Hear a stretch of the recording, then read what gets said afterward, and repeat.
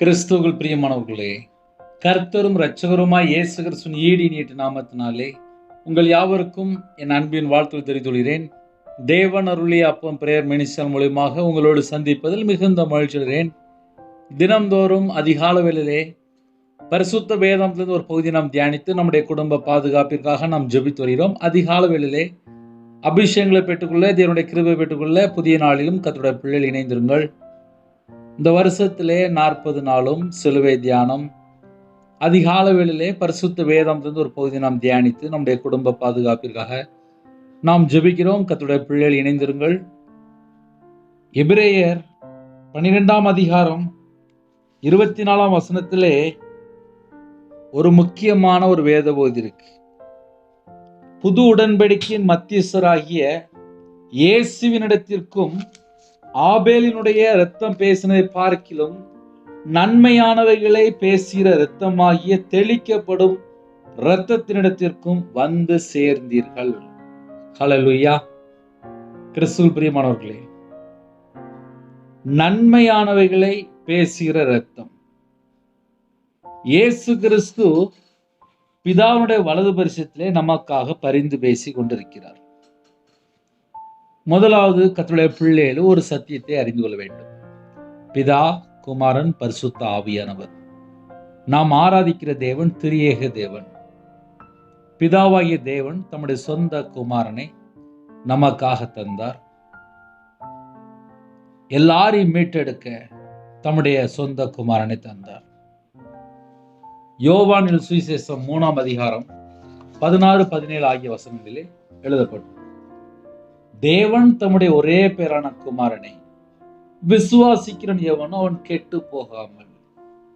குமாரனை விசுவாசிக்கும் போது ஒரு மனுஷன் கெட்டு போக மாட்டான். அதை முதல்ல கர்த்தருடைய பிள்ளைகளை அறிந்து கொள்ளணும். இயேசு கிறிஸ்துவை எப்படி விசுவாசிக்கணும் அப்படின்னா, எனக்காக மாம்சத்திலே இயேசு கிறிஸ்து வெளிப்பட்டார். மனித குமாரனாக வெளிப்பட்டார். தாவீதின் குமாரனா வெளிப்பட்டார். தேவகுமாரனா வெளிப்பட்டார்.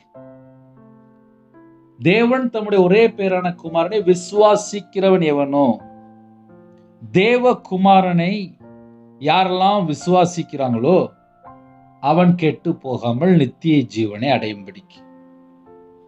இப்ப இன்னைக்குள்ள செய்தியில நம்ம கொஞ்சம் ஒரு சில காரியங்கள் சொல்ல வேண்டியிருக்கு.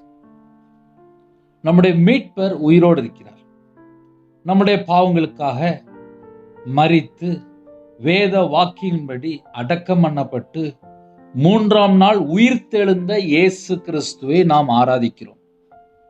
என் மீட்பர் உயிரோடு இருக்கிறார் என்று யாரெல்லாம் சொல்றீங்களோ, நம்ம எல்லார் மேலையும் பூரண கிருபை நம்ம சிரசு மேல தங்கி இருக்கும். இந்த கடைசி காலத்துல என்ன நடக்கு அப்படின்னா, போன்லயும் போட்டோ, வீட்லயும் போட்டோ, பர்ஸ்லயும் போட்டோ, புக்குலேயும் ஃபோட்டோ. கம்ப்யூட்டர் கடையில் ஒரு 20 ரூபா கொடுத்தா அழகா ஒரு பிக்சரை ரெடி பண்ணி தந்துடுவாங்க. இயேசு பிக்சர் வேணும் அப்படின்னா ஒரு பிக்சரை ஒரு கம்ப்யூட்டரில் அப்படி டக்குன்னு உள்ள கொடுத்தோடனே அப்படியே ஒரு பிக்சர் வந்துடும். உயிரோட இருக்க இயேசுவை ஒரு ஃபோட்டோலையோ ஒரு பிக்சர்லையோ கொண்டு வர முடியாது. அதை முதல்ல கர்த்தருடைய பிள்ளைகளை அறிந்து கொள்ளணும். ஏன் இதை நம்ம சொல்ல வேண்டியிருக்கு அப்படின்னா, சிலுவை தியானம் அப்படின்னாலே கிறிஸ்துனுடைய பாடுகளை நாம் தியானிக்கிறோம்.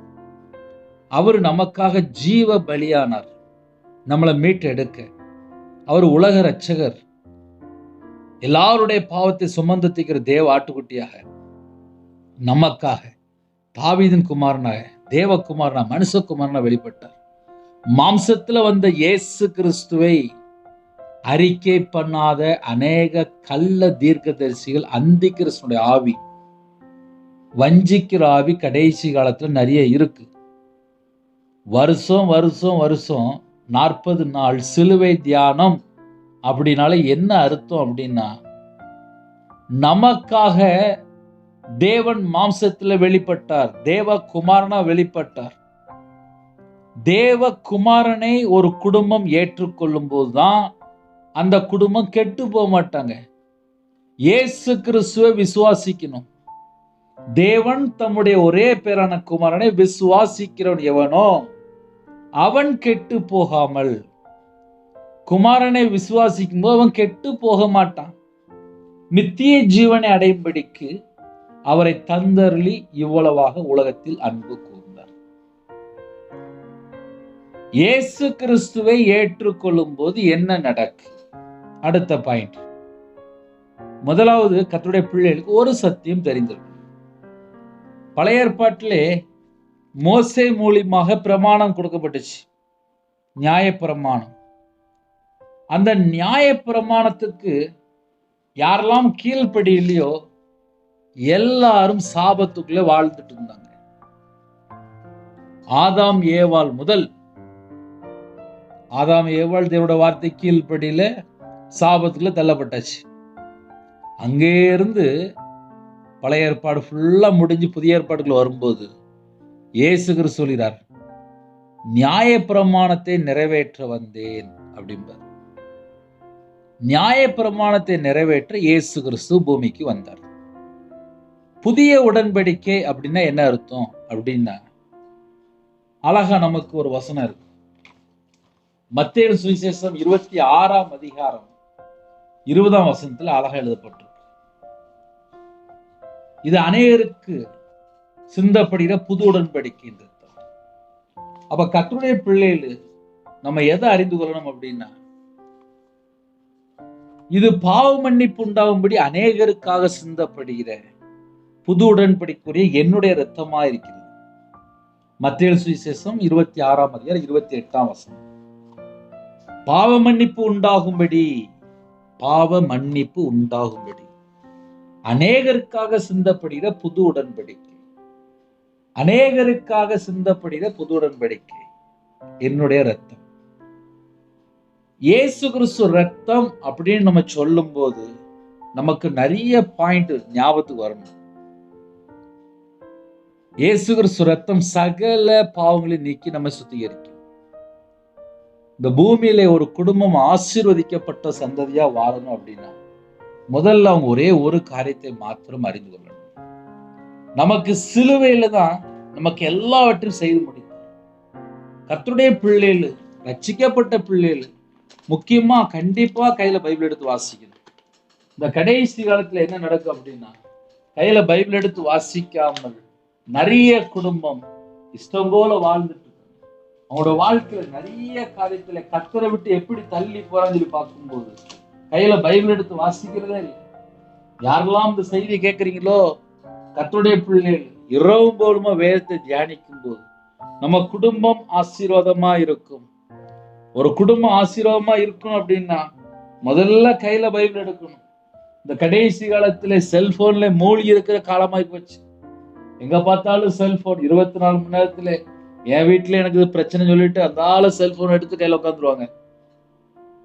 நிறைய குடும்பத்துல இப்ப என்ன நடக்கும் அப்படின்னா, செல்போன் போதும் அந்த அளவுக்கு போயாச்சு. ஒரு குடும்பம் ஆசீர்வாதமா இருக்கணும் அப்படின்னா முதல்ல கையில பைபிள் எடுத்து வாசிக்கணும். கையில பைபிள் எடுத்து வாசிக்கும் போதுதான் எது சத்தியம் எது தப்பு அதை கரெக்டா புரிந்து கொள்ள முடியும். ஒரு குடும்பம் ஆசீர்வாதமா இருக்கணும் அப்படின்னா இயேசு கிறிஸ்துவின் ரத்தத்தினாலே கழுவப்படணும். இயேசு கிறிஸ்து ரத்தம் சகல பாவங்களை நீக்கி நம்மை சுத்திகரிக்கும். ஆவிக்குரிய பிள்ளைகள் யாரெல்லாம் இணைந்திருக்கிறீங்களோ, ஆட்டுக்குட்டியின் ரத்தத்தினாலே கழுவப்பட்ட பிள்ளைகளா இருக்கும். ஆட்டுக்குட்டி ரத்தத்தினாலே கழுவப்பட்டால் நம்முடைய வாழ்க்கை ஆசீர்வாதமா இருக்கும். நிறைய குடும்பத்திலே என்ன நடக்கும் அப்படின்னா, கர்த்தரை விட்டு தள்ளி போயிருந்தாங்க. ஆட்டுக்குட்டியின் ரத்தத்தினாலும் தங்கள் சாட்சியின் வசனத்தினாலும் அவனை ஜெயித்தார்கள். ஒரு குடும்பம் பிசாசை ஜெயிக்கணும் அப்படின்னா அந்த புது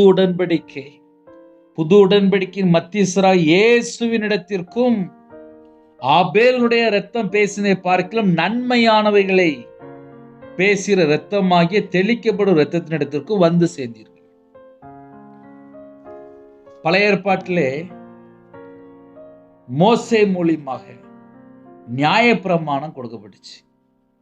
அந்த நியாயப்பிரமாணத்தை நிறைவேற்ற இயேசு கிறிஸ்து வந்தார். நியாயப்பிரமாணத்தை நிறைவேற்றி புது உடன்படிக்கையின் மத்தியஸ்தராய் இருக்கிறார். இந்த புதிய உடன்படிக்கை மத்தியஸ்தராய் இயேசு கிறிஸ்து இருக்கிறார். இது பாவ மன்னிப்பு உண்டாகும்படி அநேகருக்காக சிந்தப்படுகிற புது உடன்படிக்கையுரிய என்னுடைய இரத்தமாய் இருக்கிறது. இயேசு கிறிஸ்து ரத்தத்தினால ஒரு குடும்பம் கழுவப்படும் போது அவங்க புது உடன்படிக்கையில இருக்கிறாங்க. இயேசு கிறிஸ்துவை சொந்த இரட்சகரா ஏற்றுக்கொள்ளும் போது, இயேசு கிறிஸ்துவை விசுவாசிக்கும் போது, இயேசு கிறிஸ்துவை விசுவாசித்து மனம் திரும்பி பாவ மன்னிப்பை பெற்றுக்கொள்ளும் போது, ஞானஸ்தானம் எடுக்கும் போது, பரலோகத்துல நமக்கு ஜீவ புஸ்தகத்துல நம்முடைய பெயர் எழுதப்படுகிறது. இந்த கடைசி காலத்துல எத்தனை வருஷம் நம்ம உயிரோட வாழ்வோம் தெரியாது. ஒவ்வொரு நாளுமே நமக்கு கிருபையின் காலம்தான். இந்த கிருபையின் காலத்திலே கர்த்தருடைய பிள்ளைகளின் ஞானஸ்தானம் எடுத்திருக்கணும். மனம் திரும்பி ஞானஸ்தானம் எடுக்கணும். மனம் திரும்பி ஞானஸ்தானம் எடுக்கும்போது பாவ மன்னிப்பை பெற்றுக்கொள்கிறோம். அப்ப கர்த்தருடைய பிள்ளைகள் புது உடன்படிக்கையின் மத்தியஸ்தராகிய இயேசு கிறிஸ்துவினிடத்திலே நாம் வந்திருக்கிறோம். ஆபேலுடைய ரத்தம் பேசினதை பார்க்கிலும், ஆபேலுடைய ரத்தம்னாலே நமக்கு தெரியும். ஆதியாகமத்துக்கு நேரா பேரணும். ஆதியாகமம் 4ஆம் அதிகாரம் 10ஆம் வசனத்திலே, உன் சகோதரனுடைய இரத்தத்தின் சத்தம் பூமியிலிருந்து என்னை நோக்கி கூப்பிடுகிறது. உன் சகோதரனுடைய இரத்தத்தின் சத்தம் பூமியிலிருந்து என்னை நோக்கி கூப்பிடுகிறது. அப்ப பழைய ஏற்பாட்டிலே ரத்தம் பேசும். முதல்ல ஒரு பாயிண்ட் நமக்கு பழைய ஏற்பாட்டில் என்ன ரெக்கார்ட் இருக்கு அப்படின்னா, உன் சகோதரனுடைய இரத்தத்தின் சத்தம், இரத்தத்தின் சத்தம் பூமியிலிருந்து என்னை நோக்கி கூப்பிடுகிறது. அப்ப பழைய ஏற்பாட்டில் என்ன ரெக்கார்ட் இருக்கு அப்படின்னா, ரத்தம் பேசும். அப்ப புதிய ஏற்பாட்டில் ஆபேலுடைய ரத்தம் பேசினை பார்க்கிலும் நன்மையானவைகளை பேசுகிற ரத்தம் என்று எழுதப்பட்டிருக்கு. இயேசு கிறிஸ்து பூமியில இருக்க எல்லா ஜனங்களையும் மீட்டெடுக்க தம்முடைய ஜீவனை தந்தார். அவர் பாவம் செய்யவில்லை, நமக்காக பாவம் ஆனார் என்று எழுதப்பட்டிருக்கு. நம்மளை மீட்டு எடுக்க, நம்ம எல்லாரையும் மீட்டு எடுக்க பாவ மன்னிப்பு மீட்பு நமக்கு உண்டாய் இருக்கிறது இயேசு கிறிஸ்து ரத்தத்தினாலே. கொலோசையர் 1ஆம் அதிகாரம் 14ஆம் வசனம் எழுதப்பட்டிருக்கு. அவருடைய குமாரனா இயேசு கிறிஸ்து ரத்தம் தான் சகல பாவங்களை நீக்கி நம்மை சுத்திகரிக்கும். குற்றமில்லாத மாசற்ற ஆட்டுக்குட்டியாய் கிறிஸ்துவின் ரத்தம். அந்த இடத்துல நம்ம வந்து சேர்ந்திருக்கிறோம். நமக்காக பிதான வலது பரிசுத்தில் பரிந்து பேசி கொண்டிருக்கிறார். எபிரேயர் 9:12 நித்திய மீட்பை நமக்கு உண்டு பண்ணினார் என்று எழுதப்பட்டிருக்கு. புது உடன்படிக்கை அப்படின்னால என்ன அர்த்தம் அப்படின்னா, நமக்கு நித்திய மீட்பை உண்டு பண்ணினார். புது உடன்படிக்கையின் மத்தியஸ்தர் பகையை சிலுவையில கொன்று நம்மளை மீட்டெடுக்க தம்முடைய ஜீவனை தந்திருக்கிறார். இந்த கடைசி காலம் ஆபத்து நிறைந்த காலம்தான். எங்க பார்த்தாலும் கர்த்தரை விட்டு வழி விலகி வாழ்ந்து கொண்டிருக்கிறாங்க. இதுதான் உண்மை. கடைசி காலத்துல அக்கிரமம் மிகுதியாய் போகும், அன்பு தணிந்து போகும். நிறைய குடும்பத்துல கையில பைபிள் எடுத்து வாசிக்க நேரம் இல்லை. மணிக்கணக்கா கையில பைபிள் எடுத்து வாசித்தா மட்டும்தான் ஆவிக்குரிய வாழ்க்கையில வளர முடியும். கர்த்தருடைய பிள்ளைகள் எப்படியாவது ஆவிக்குரிய வாழ்க்கையில வளர்க்க முயற்சி பண்ணுங்க. நேத்து ஒரு அக்காட்ட பேசிட்டு இருந்தேன். அண்ணே, இந்த 40 நாள்ல ஒரு முழு பைபிளை வாசின்னு சொல்லி நான் வாசிச்சுட்டு இருக்கிறேன். ஒரு நாளைக்கு கிட்டத்தட்ட ஒரு 30 அதிகாரம் நான் வாசிச்சுட்டு இருக்கேன் அப்படின்னாங்க. கர்த்தருக்கு ஸ்தோத்திரம். ஒரு குடும்பம் பைபிள் வாசிக்க ஆரம்பிச்சிட்டு அந்த குடும்பத்தை தேவன் ஆசீர்வதிப்பார். ஒரு வீட்டுல பிரச்சனை மாறணும் அப்படின்னா அந்த குடும்பம் தேவனை தேடணும். என் வாழ்க்கையில நான் கர்த்தரை விட்டு தள்ளி போன ஒரு நபர், அதாவது துன்மார்க்கன். ஆனா ஒரு பாவி மனம் திரும்பும் போது பரலோகத்துல மிகுந்த சந்தோஷமா, பாவியா என் மேல கிருபையா இருங்க அப்படின்னு சொல்லி ஜெபிக்க ஆரம்பிச்சேன். என் வீட்டம்மாட்ட பேசிட்டு இருந்தேன். என் மனைவி சொன்ன, மனம் திரும்பி பாவ மன்னிப்பை பெற்றுக்கொள்ளணும் அப்படின்னா. மனம் திரும்பினாதான் பாவ மன்னிப்பு. என் பாவத்தை மன்னிங்கன்னு சொல்லி உதட்டளவுல நம்ம கேட்கிறோம். பாவத்தை விட்டு மனம் திரும்பி இருக்கணும். அதான் முக்கியமான பாயிண்ட். இன்னைக்கு நிறைய குடும்பத்துல என் பாவத்தை மன்னிங்கன்னு சொல்லி கேட்கிறாங்க. ஆனா பாவத்தை விட்டு மனம் திரும்பினாங்களா அப்படின்னு சொல்லி கேட்டா தெரிய மாட்டுக்கு. புது உடன்படிக்கையின் மத்தியஸ்தராய் இயேசு கிறிஸ்துவிடத்துல நம்ம வரும்போது நம்ம எப்படி தெரியுமா யோசிக்கணும்? நான் பாவத்தை விட்டுட்டேனா? நான் பாவத்தை விட்டு மனம் திரும்பிட்டேனா? என் பாவத்தை மன்னிக்க இயேசு கிறிஸ்து பிதாவிடத்துல பரிந்து பேசிக் கொண்டிருக்கிறார். நித்திய மீட்பை உண்டு பண்ணினார். நித்திய மீட்பு எபிரேயர் 9ஆம் அதிகாரம் 12ஆம் வசனம் எழுதப்பட்டிருக்கு. வெள்ளாட்டுக்கடா, இளங்காலை இவைகளுடைய இரத்தத்தினாலே அல்ல, தம்முடைய சொந்த இரத்தத்தினாலும் ஒரே தரம் மகா பரிசுத்த ஸ்தலத்திலே பிரவேசித்து நித்திய மீட்பை உண்டு பண்ணினார். இப்ப நித்திய மீட்பை உண்டு பண்ணினார் அப்படின்னு சொல்லி போட்டிருக்குல்ல. புது உடன்படிக்கை அப்படின்னாலே நம்மளுடைய பழைய அந்த சுபாவங்கள், பழைய வாழ்க்கை, பழைய காரியங்கள் இது எல்லாம் சிலுவையில் அறையப்பட்டிருக்கணும். இந்த உபவாச நாட்களிலே நம்ம என்ன யோசித்து பார்க்கணும் அப்படின்னா, நான் புது சிருஷ்டியா மாறிட்டேன், நான் இயேசு கிறிஸ்து ரத்தத்தினால கழுவப்பட்டுட்டேன், என்னுடைய பாவங்கள் எல்லாம் எனக்கு மன்னிக்கப்பட்டது, நான் புது சிருஷ்டி. அந்த நம்பிக்கை நம்ம இதயத்துக்குள்ள இருக்கணும். நான் 2016 ஊழியத்துக்கு வந்த புதுசுல புதிய ஏற்பாடு ரொம்ப வாசிப்பேன். பைபிள்ல கர்த்தருடைய கிருபையினாலே புதிய ஏற்பாடு ரொம்ப வாசிப்பேன். இன்னைக்கு வரையாச்சு நிறைய மெசேஜ் புதிய ஏற்பாடுல தான் வந்துட்டு இருக்கும். என்ன காரணம் அப்படின்னா, புதிய ஏற்பாடு ரொம்ப உட்காந்து வாசித்துட்டு இருப்பேன். அந்த புதிய ஏற்பாடு வாசிக்கும் போது நியாயப்பிரமாணத்தை நிறைவேற்ற இயேசு கிறிஸ்து வந்தார். புது உடன்படிக்கையின் மத்தியஸ்தர்.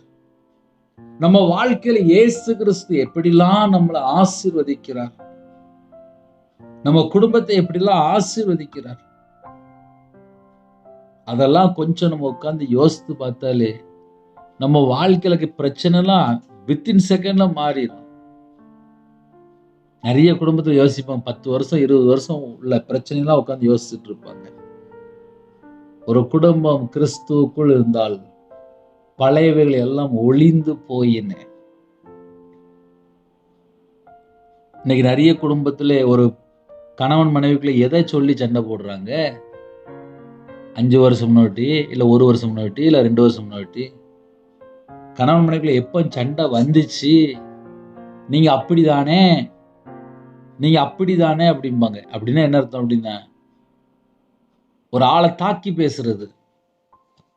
ஒரு ஆளை தாக்கி பேசும்போது ஆப்போசிட்ல இருக்கிற ஒரு நபருக்கு கோபம் வந்துடும். அப்ப ஏன் கோபம் வந்துச்சு அப்படின்னு சொல்லி பார்க்கும்போது பழைய சுபாவத்தை கிண்டி பேசுவாங்க. பழைய சுபாவத்தை ஒரு ஆள் சொல்லுது அப்படின்னாலே அது பிசாசு. ஒரு மனுஷன் கிறிஸ்துவுக்குள் இருக்கும்போது எல்லாம் புதிதாயின. பழைய காரியங்களை சொல்லி குற்றப்படுத்துறாங்களா, அது பிசாசு. இன்னைக்குள்ள செய்தி என்ன அப்படின்னா, புது உடன்படிக்கையின் மத்தியஸ்தராகிய இயேசுவினிடத்திற்கும் ஆபேலினுடைய இரத்தம் பேசினை பார்க்கிலும் நன்மையானவைகளை பேசுகிற இரத்தமாகிய தெளிக்கப்படும் இரத்தத்தினிடத்திற்கும் வந்து சேர்ந்தீர்கள். வந்து சேர்ந்தீர்கள். இப்ப நம்ம எங்க போய் நிக்கிறோம்? கொஞ்சம் யோசித்து பாருங்க பார்ப்போம். வந்து சேர்ந்தீர்கள். புது உடன்படிக்கை அப்படின்னா என்ன அர்த்தம்? பழைய உடன்படிக்கை அப்படின்னா மோசே மூலியமா நியாயப்பிரமாணம் கொடுக்கப்பட்டுச்சு, 10 கட்டளை.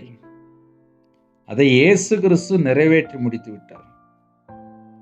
நன்மையானவைகளை பேசுகிற ரத்தம். நம்ம குடும்பம் ஆசீர்வதிக்கப்படணும் அப்படின்னா நமக்காக பிதாவினிடத்திலே பரிந்து பேசி நம்ம குடும்பத்தை ஆசீர்வதிக்கிறார். நன்மையானவைகளை பேசுகிற ரத்தத்தினிடத்திற்கும் அப்படிதான் போட்டிருக்கு. நன்மையானவைகளை பேசுகிற ரத்தமாய் தெளிக்கப்படும் ரத்தம். அப்ப நம்ம வாழ்க்கையில கத்தரை விட்டு எங்கேயாவது தள்ளி போயிட்டோமா? அதை நம்ம கொஞ்சம் யோசித்து பார்க்கணும்.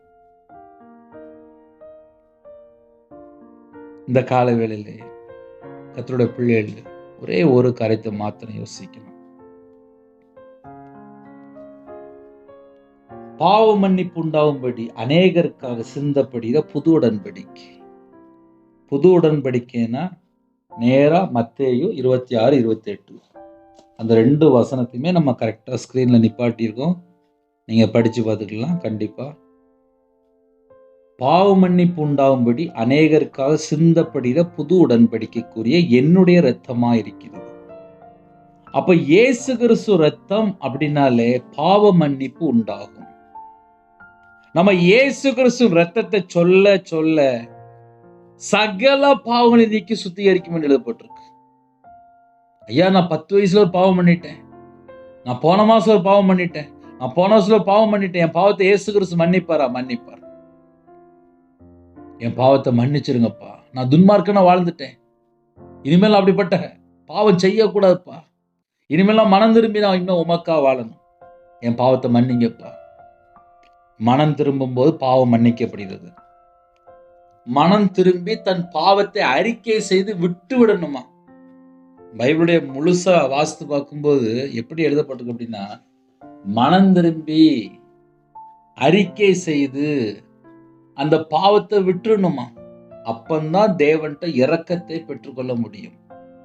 அப்ப தேவனிடத்துல இரக்கங்களை நம்ம பெற்றுக்கொள்ளணும் அப்படின்னா நம்முடைய பாவம் மன்னிக்கப்படணும். அப்ப புது உடன்படிக்கையின் மத்தியஸ்தர் அப்படின்னா எனக்காக, நமக்காக, நம்ம எல்லாருக்காக, பூமியில இருக்க எல்லா ஜனங்களுக்காக பிதாவினிடத்துல பரிந்து பேசி கொண்டிருக்கிறார்.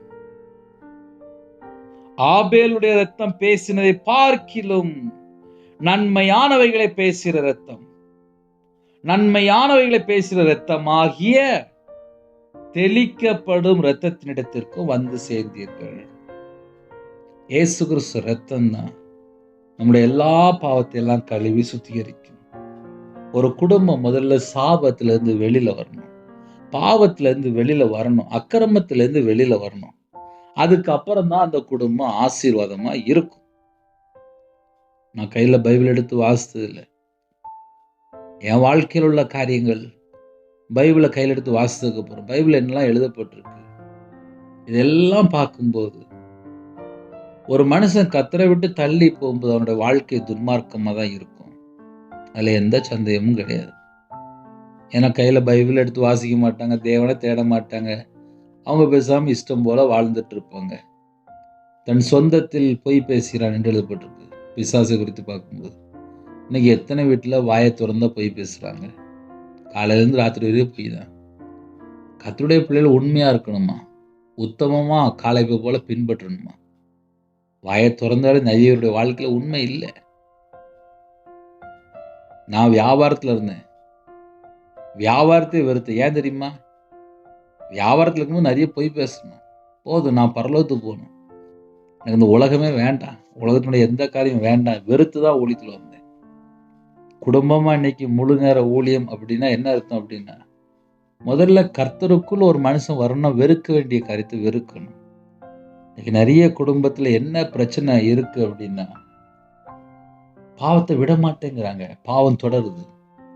பாவம் தொடரும்போது சாபம் தொடரும், வியாதி வந்துடும், பிரச்சனை வந்துடும், போராட்டம் வந்துடும். புது உடன்படிக்கையின் மத்தியஸ்தராய் இயேசு கிறிஸ்துவிடத்துல வந்தாச்சு அப்படின்னா அந்த பழைய வாழ்க்கையோ பழைய சிந்தனையோ செயல்களோ எதுவும் நம்ம வாழ்க்கையில தொடரக்கூடாது. ஒரு சின்ன ஜெபம் பண்ணி முடிக்க போறேன். நீங்க தேவனோட சமூகத்துல காத்திருந்து ஜெபம் பண்ணுங்க. கண்களை மூடி நாம் ஜெபம் செய்வோம். அன்பின் கர்த்தாவே, நன்றியோடு துதிக்கிற சுதிரம்பா, கொடுக்கப்பட்ட ஒவ்வொரு சத்தியமுள்ள ஒவ்வொரு வார்த்தைக்காக ஸ்தோத்திரம்பா. இந்த நாளில் எங்களோட பேசியிருக்கிறீங்க, சத்தியத்தை கேட்டு கீழ்ப்படிந்து இயேசு கிறிஸ்து ரத்தத்தினால கழுவப்படணும்ப்பா. என்னுடைய பாவங்கள் மன்னிக்கப்படணும்.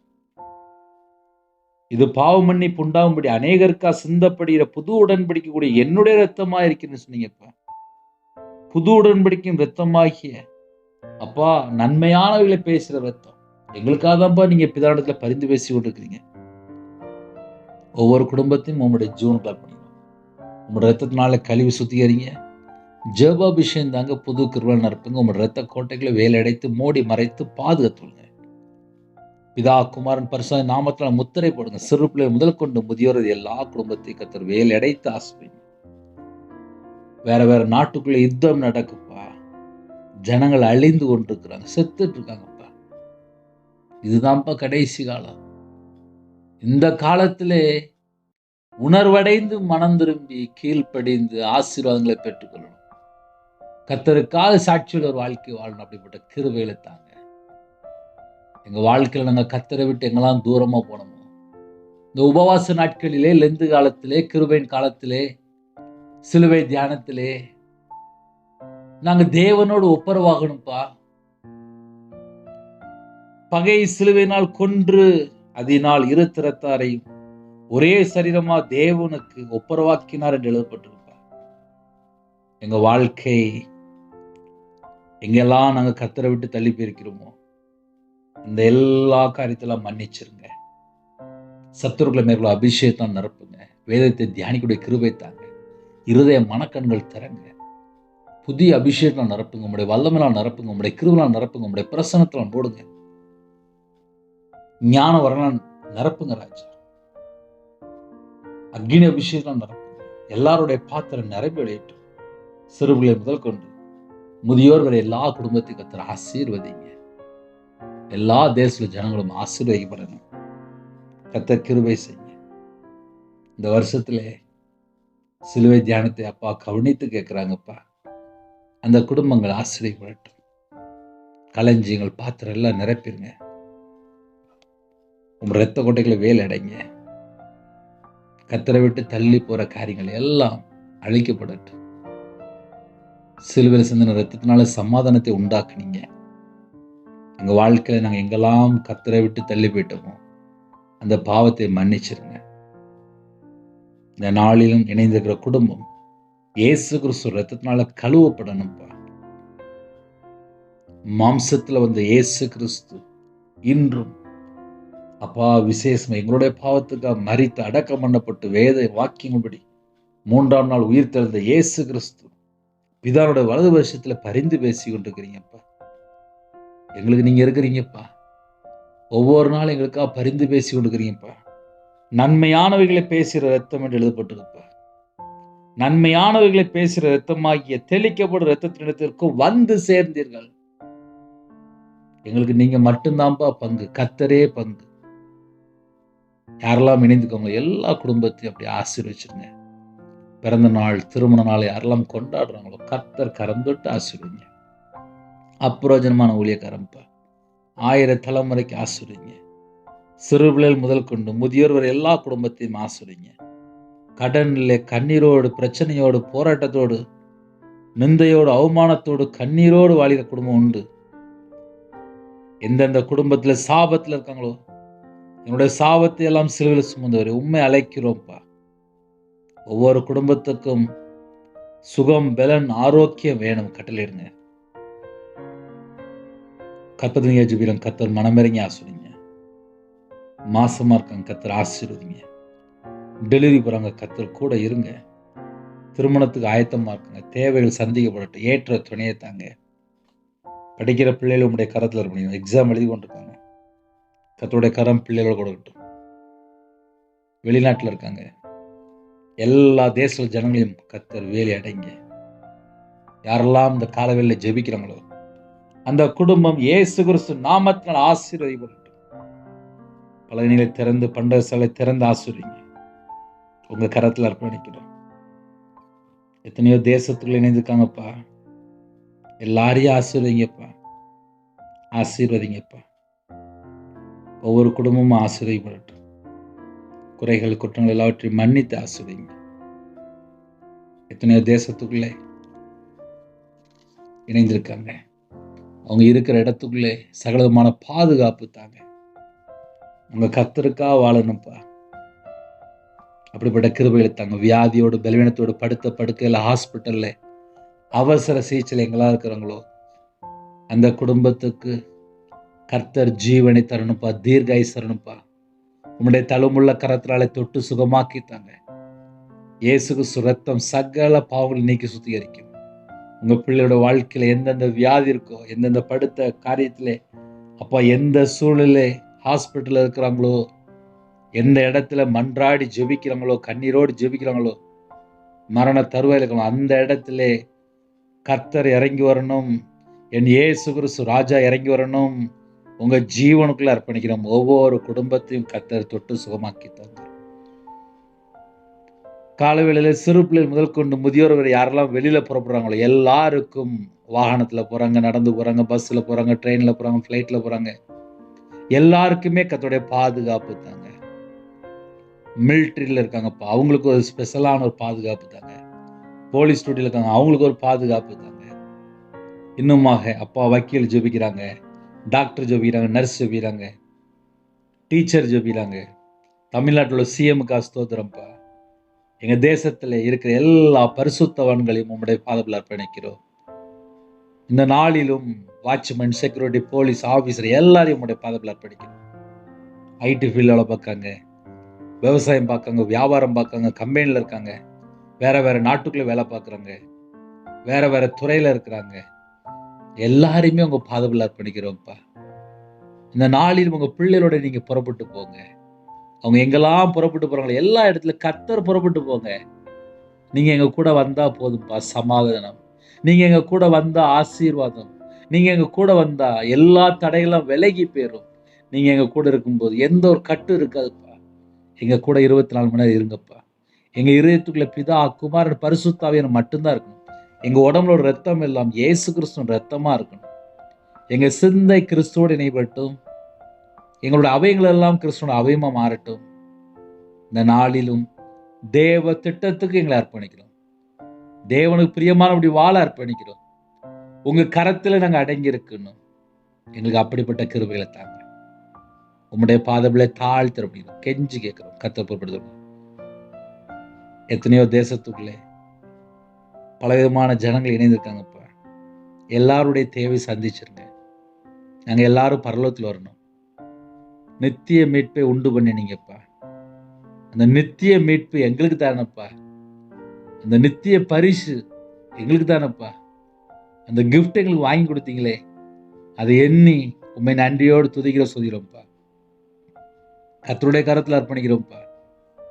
என் நாமத்து நிமித்தம் எதை கேட்டாலும் சொன்னீங்க, இயேசு கிறிஸ்து நாமத்தினால கேட்கிறோம்ப்பா. இந்த காலவேளையில் ஜெபிக்கிற பிள்ளைகள் ஆட்டுக்குட்டியின் ஜீவபுஸ்ல எழுதப்படணும்ப்பா. தீட்டான காரியம், அருவருப்பான காரியம், பொய்யான காரியம் எதெல்லாம் இருக்கோ எல்லாவற்றையும் நீக்கி மன்னித்து உம்முடைய ரத்தத்தினால கழுவி பரிசுத்தப்படுத்தி ஆட்டுக்குட்டியின் ஜீவபுஸ்ல பேர் எழுதப்படட்டும்ப்பா. கர்த்தர் பொறுப்படுத்துவங்க. துதிகான மகிமையெல்லாம் ஒருக்கே செலுத்திடும். இயேசு கிறிஸ்துவின் பிதாவே, ஆமென். தேவனுக்கே மகிமையுண்டாதாக. கர்த்தர் தாமே உங்களை உங்கள் குடும்பத்தின் சகல காரியத்திலும் சம்பூர்ணமாக திருப்தியாக கர்த்தர் கொடுத்து ஆசீர்வதிப்பாராக. ஆமென். கர்த்தராகிய இயேசு கிறிஸ்துவின் கிருபையும் பிதாவாகிய அன்பும் பரிசுத்தனுடைய ஐக்கியமும் இப்பொழுதும் எப்பொழுதும் சதா காலங்களில் நம் அனைவரும் கொடுப்பதாக. ஆமென். கிறிஸ்துவுக்குள் பிரியமானவர்களே, என் பேர் ரவிராஜ். எனக்காக ஒரு நிமிடமா ஜெபிங்க. தேவன் அருளி அப்போ மினிஸ்டனுக்காக ஜெபித்துக் கொள்ளுங்கள். ஜெபிக்க விரும்பினால் இந்த நம்பரில் நீங்கள் கூப்பிடலாம். கர்த்தர் உங்களையும் உங்கள் குடும்பத்தையும் ஆசீர்வதிப்பார். God bless you.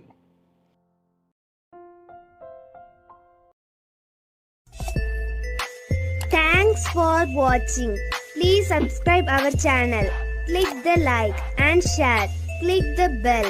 God bless you.